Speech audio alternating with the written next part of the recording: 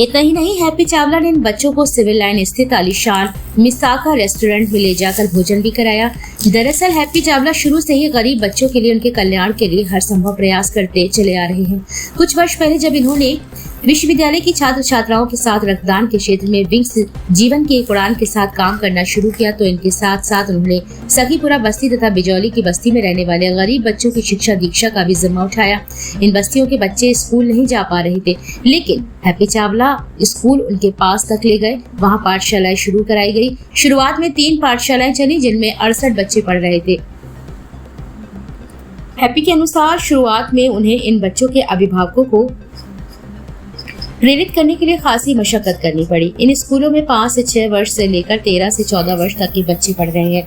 Happy Chawla के अनुसार इसके लिए संसाधन वे अपने इष्ट मित्रों तथा अपने स्तर पर इकट्ठा करते हैं। उनको इष्ट मित्र तथा शुभचिंतक भी वर्ष के 2 महत्वपूर्ण त्योहार होली तथा दीपावली इन गरीब बच्चों के बीच जाकर ही मनाते हैं। आज रेस्टोरेंट में जब हैप्पी चावला इन गरीब बच्चों को भोजन कराने के लिए लेकर पहुंचे, तो वहां मौजूद उनके इष्ट मित्रों तथा शुभचिंतकों ने भी केक काटकर उनका जन्मदिन मनाया। हर साल की तरह इस साल भी शाम के समय हैप्पी चावला रक्तदान करने के लिए मेडिकल कॉलेज गए, जहाँ उन्होंने एक जरूरतमंद मरीज को प्लेटलेट्स भी दिए। जन्मदिन है, कुछ आपने अलग हटके बनाया जी। कहाँ से ये भाव आया है, कहाँ से क्या मैसेज देना चाहिए? ये भाव पिछले कुछ समय से मैं यूनिवर्सिटी के कुछ छात्रों के साथ मिलकर के विंग्स एनजीओ के तत्वाधान में कुछ काम कर रहा था, ब्लड डोनेशन से रिलेटेड। साथ ही इन स्टूडेंट्स ने एक पाठशाला बना रखी है जो कि सखीपुरा बस्ती में स्थित है। वहाँ के कुछ बच्चे ऐसे हमारी संज्ञान में आए थे जो स्कूल नहीं जा पा रहे थे, तो हम स्कूल उनके द्वार तक लेकर के गए और पिछले 5 वर्षों से हम उन्हें पढ़ाने का काम कर रहे हैं। आज कुछ बच्चों ने इच्छा जाहिर करी कि वो सरकार द्वारा बनाया गया एक शानदार म्यूज़ियम जो स्पेस म्यूज़ियम है वो देखना चाहते हैं।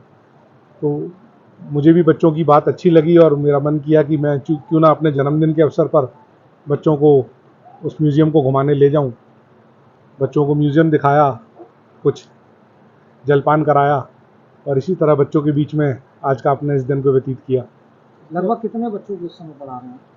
अभी हमारी 3 पाठशालाएं वर्तमान में चल रही थी, जहां एक जगह 30 बच्चे, एक जगह 40 बच्चे, एक जगह 18 बच्चे पढ़ रहे थे। कुछ जगहों पर बच्चों ने आना थोड़ा सा कम कर दिया। माँ बाप को भी थोड़ा सा हमें समझाना पड़ता है कि वो बच्चों को रेगुलर भेजें।